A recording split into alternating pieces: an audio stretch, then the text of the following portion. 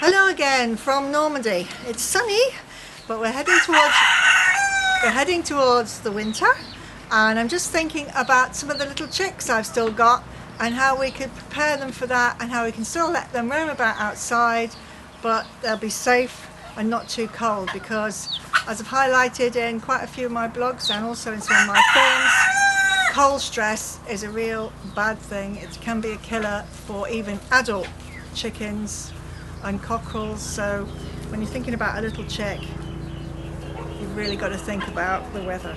So when we're thinking about the winter, we're thinking about the cold, and we're thinking about winterizing the coop or the hen house to start with, so that if it rains or if it snows, they've got somewhere to play on a snowy day. So every autumn, fall, I go to a friend who has a big park type garden with massive trees. The leaves are starting to fall now, and I collect them all up, or as many as I can, and I use them in their coops. And I also use them outside as well, as you'll have seen if you've seen my moss and dried leaves film. And it gives them plenty of things to do, and they can burrow. In the case of the quail, they can burrow down and keep really warm. So that's just one little bit of a tip on what to do with your coop. It's also, leaves are free, which is brilliant, because this year there's been a big patch of dry weather right in the middle of the growing season. We've had a bit of a drought going on, and the straw from the organic corn that we usually collect, or the triticale, has grown very, very short because of the lack of water, and therefore there is no organic straw to be had, as Oscar Wilde would say, even for ready money.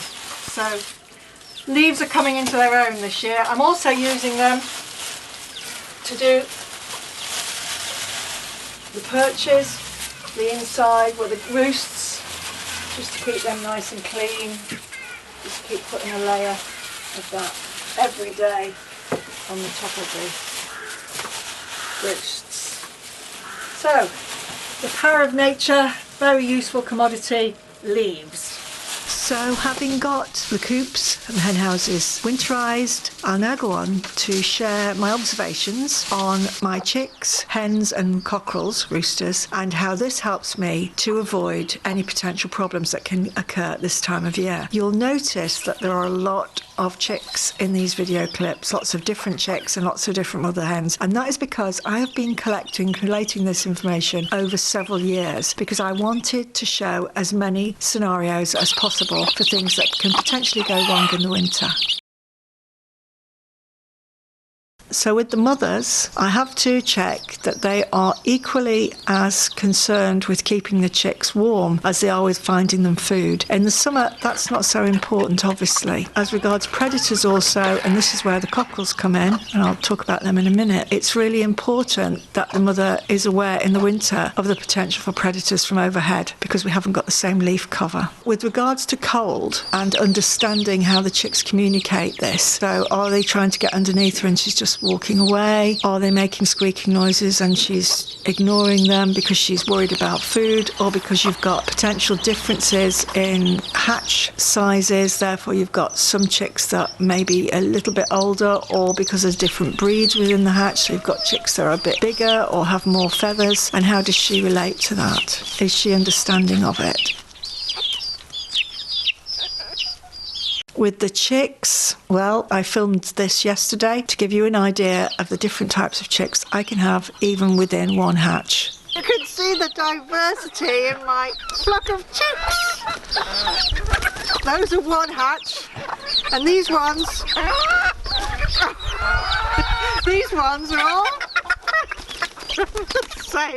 from the same flock. Oh, now you're being naughty, aren't you? So I can tell you, for example, that this one here, I'll give you an idea of size. This one and this one are from the same hatch. They were hatched in June this year. This one's from the same hatch as well, little Polish. Very dirty, as they have been in the mud.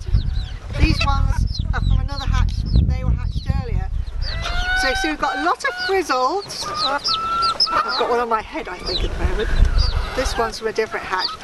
So you've really got to watch the mother, because she's got a real big problem, because she's got some that are going to be very much affected by the cold, like the frizzles, some that aren't, like the Polish, and she's got some. Here's a frizzle from the same hatch. So quite, oh, that's naughty. So quite a difference in size. But all equally as voracious. Are you not getting anything to eat? Oh, that's sad. So there's one of my mothers. I don't know where my white mother is. And the other thing to consider when you're thinking about your chicks and how they get on in winter in the garden is, what about the cockerels, the roosters? Because we've got Scott here. Oh, there he goes. Here's Scott. Scotty, have some pet. Scott's very, very good with chicks. He's particularly good with them at night, as is Spike, my Polish cockerel, because he will actually let them go under his wing. Spike will take them. You can put them underneath Spike when they're on the perch, and he will actually sit on top of them and keep them safe and warm at night. So knowing your flock is really important. Knowing your cockerels, your hens and your chicks. And how hungry they always are. There's another one from the same flock. He's a little part coaching, or she is, and you can see very well upholstered. So very different from the others in the same flock, in the same hatch, sorry, that have got very fine feathering. So your mother hen's really got to watch all of them, not just one or two, because some of them will be they can cope very easily in the cold and the others won't be able to. You okay, little Polish? Oh, you're so dirty and you were so pretty before. How are you, little Frizzle? Yeah, very well upholstered Frizzle, but then we've got some other little Frizzles around here who I've got their bloodlines, like this one for example. The bloodline has a little bit of sea bright in it. We can't see him very well. Oh yeah. You can see he's much finer feathered. He's got little bits of sea bright in him, so he's not going to do so well. And this one as well. Where are you? Come here. This one you can see it better. In fact, he's already getting a little bit of wear and tear on his head feathers. Oh, come on, you have some food. Don't you greedy ones have it all? Oops. There you go, look. Ooh. So you can see he's quite finely feathered, so come out of it. So he's in the same flock as this one, as catches this one. So she's really got to be thinking about. But they are pretty nippy, these ones. They're very quick. And they can easily express themselves when they're cold by trying to get under the mother. Oh, stop it. With the cockerels, what are they doing about the cold weather and the chicks? Are they more vigilant? Because this is an area where they are really important in the winter, particularly up this end of the garden where I've got chicks, where it's quite open in the winter, because I've got a lot of deciduous trees here and a lot of roses normally make the canopy, and they're of course beginning to lose leaves. Then the other thing with the cockerels, and an area in which they're really important, is at night. And I'll show you this little clip that I filmed last night. He's enormous compared to the others, but she's trying her best. And the other thing that I do is always make sure they're not put in too big a box, because if you have them in too big a box, here they're going to be naturally close together and all keep warm. Yeah, she's amazing what she's doing here, and they do keep each other warm as well. But the little ones really do like to get well underneath and just check out to make. Yeah, they're nice temperature. They're nice in there. There's 7 of these. She's a brilliant mummy, she is. And if you've never seen it before, this is how a mother trains a chick to be on the perch. He doesn't really need it because he's perched really well and he should be really with those, but that's why we really need Scott at the other end, because we can use him. Okay, if we move him up. Come on, Scotty. I know it's the light, it worries you. Okay. You be good, that's it. So you can use your wing just to stabilise them. You should be able to, you should do it. It's not got a very good wing, the silky, unfortunately. But it gives you the general idea anyway.